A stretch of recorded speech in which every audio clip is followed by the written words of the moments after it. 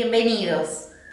Hoy quería que pensáramos juntos en el por qué hacemos las cosas que hacemos. Ese por qué encierra el propósito, el por qué hacemos las cosas.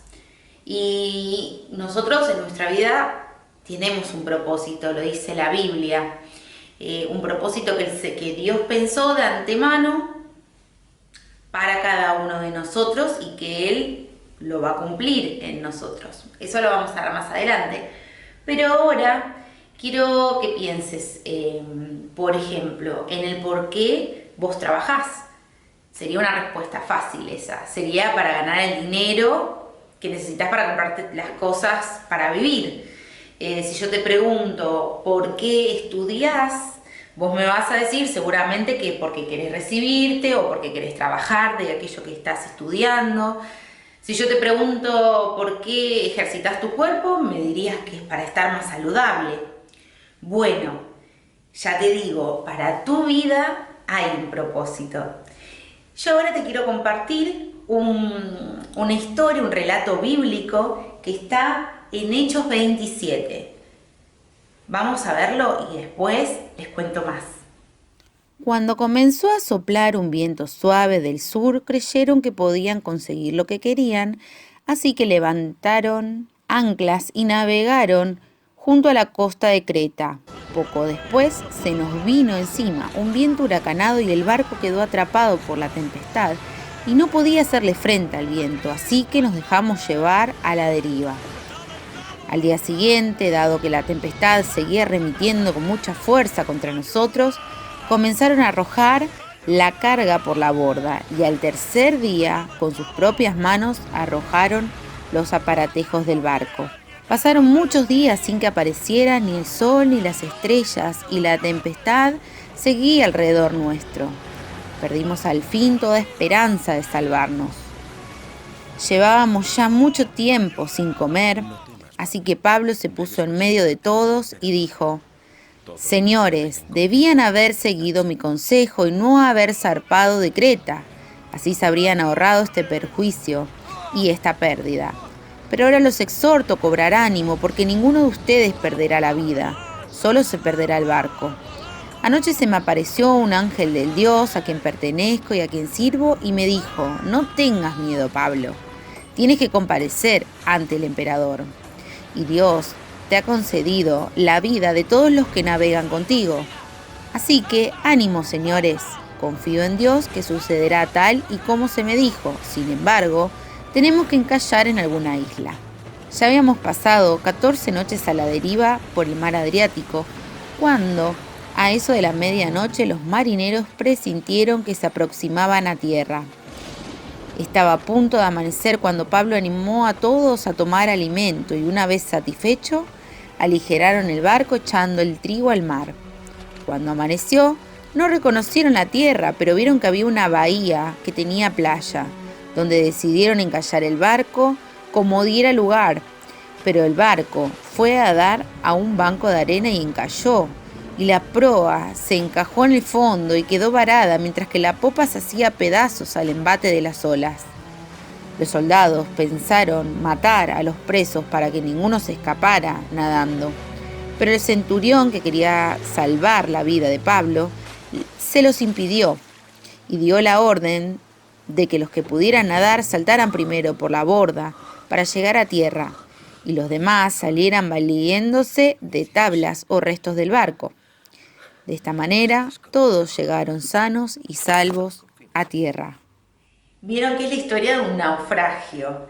No un naufragio chiquitito, no, un naufragio con todas las letras.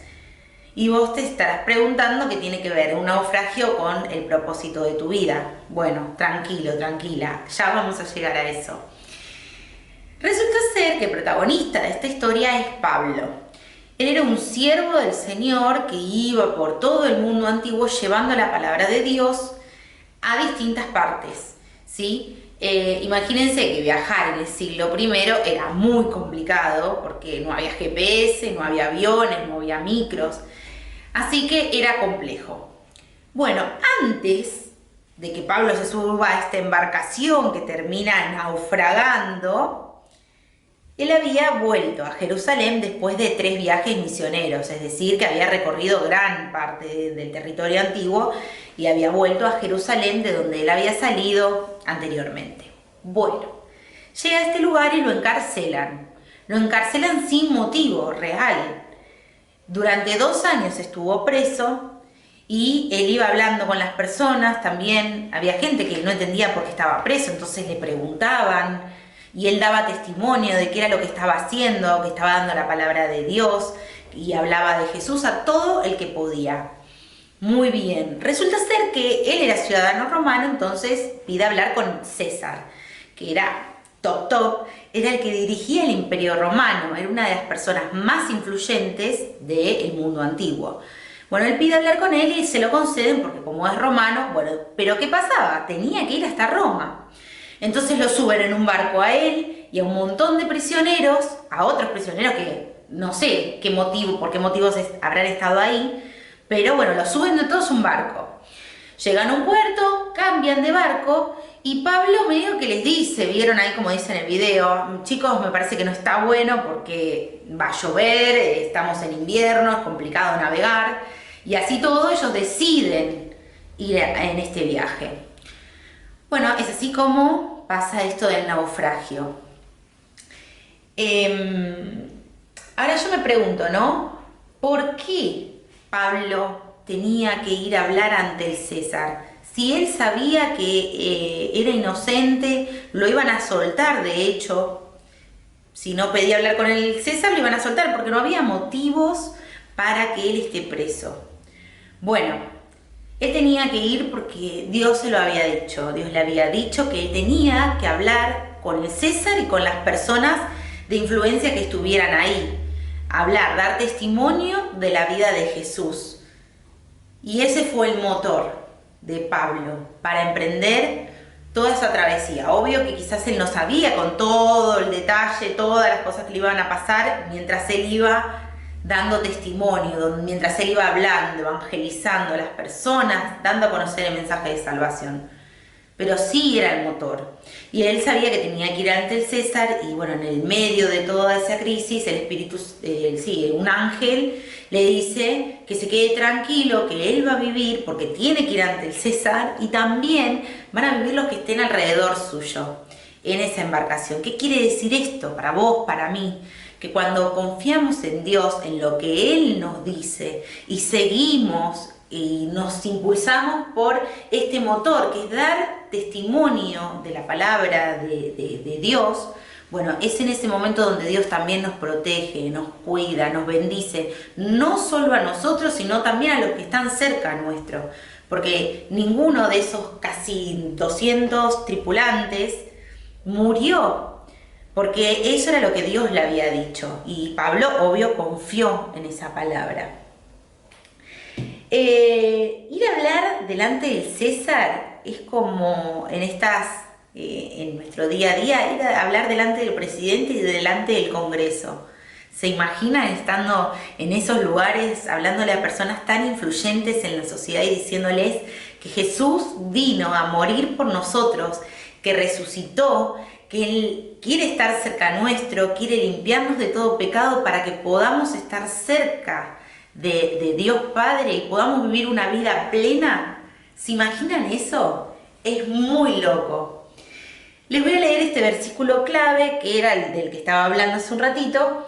Dice: anoche se me apareció un ángel del Dios a quien pertenezco y a quien sirvo y me dijo: no tengas miedo, Pablo, tienes que comparecer ante el emperador y Dios te ha concebido la vida de todos los que navegan contigo.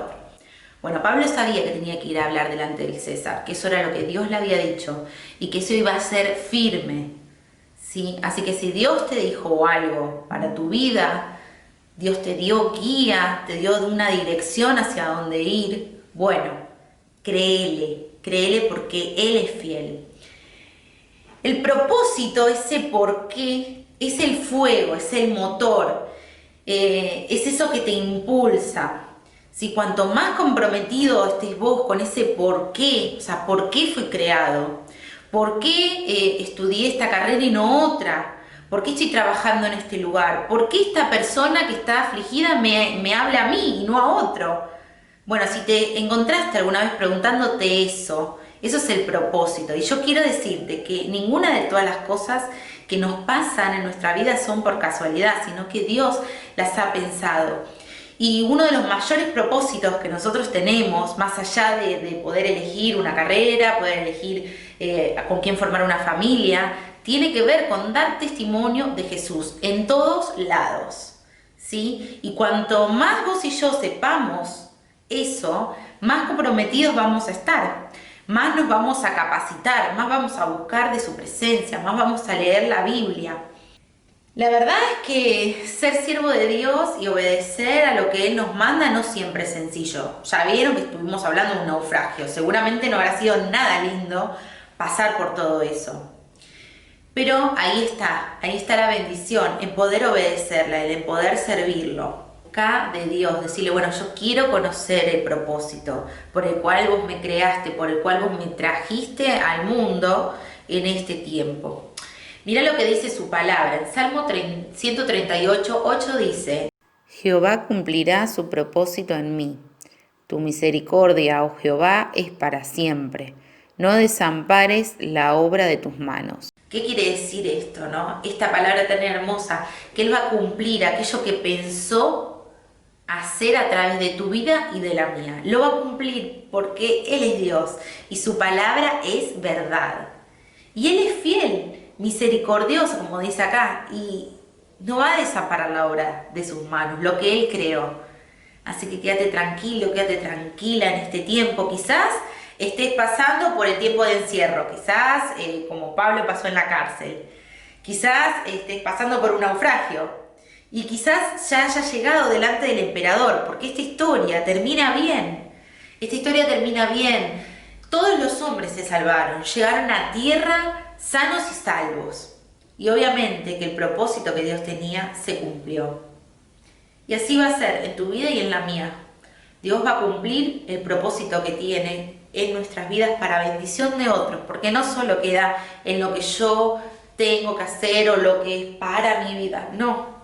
Depende también de bendecir a otros. El plan de Dios siempre incluye a otro, no solo a mí, porque yo ya conozco de Dios. Yo ya soy salva porque confío en Jesús, porque le abrí mi corazón, porque me arrepiento de mis pecados y le pido que Él me limpie. Pero ahora tus amigos, mi familia, tu familia tienen que conocer también de Dios y tienen que ser salvos. Y eso es lo que más quiere Dios. Por eso te invito, primero, a que puedas buscar delante de la presencia de Dios el propósito de tu vida, y eso va a ser ese motor, va a ser eso que te impulse, va a ser ese fuego que contagia a otros.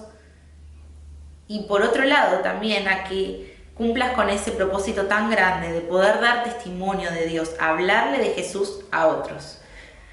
Te voy a leer una última cosa antes de que este video termine, y dice: los 3 días más importantes en la vida. El primero es el día que nacemos, el segundo es el día que nacemos de nuevo, cuando aceptamos a Jesús en nuestro corazón, y el tercero es el día en que descubrimos para qué y por qué sucedieron los 2 días anteriores. Bueno, yo no tengo más nada para decirte, pero seguro que vos tenés muchas cosas en que pensar, y te animo que lo hagas en la presencia de Dios, te animo que le pidas a Él. Nos vemos en un próximo encuentro y te mando un abrazo. Estamos para servirte y te amamos en Cristo. Hasta luego.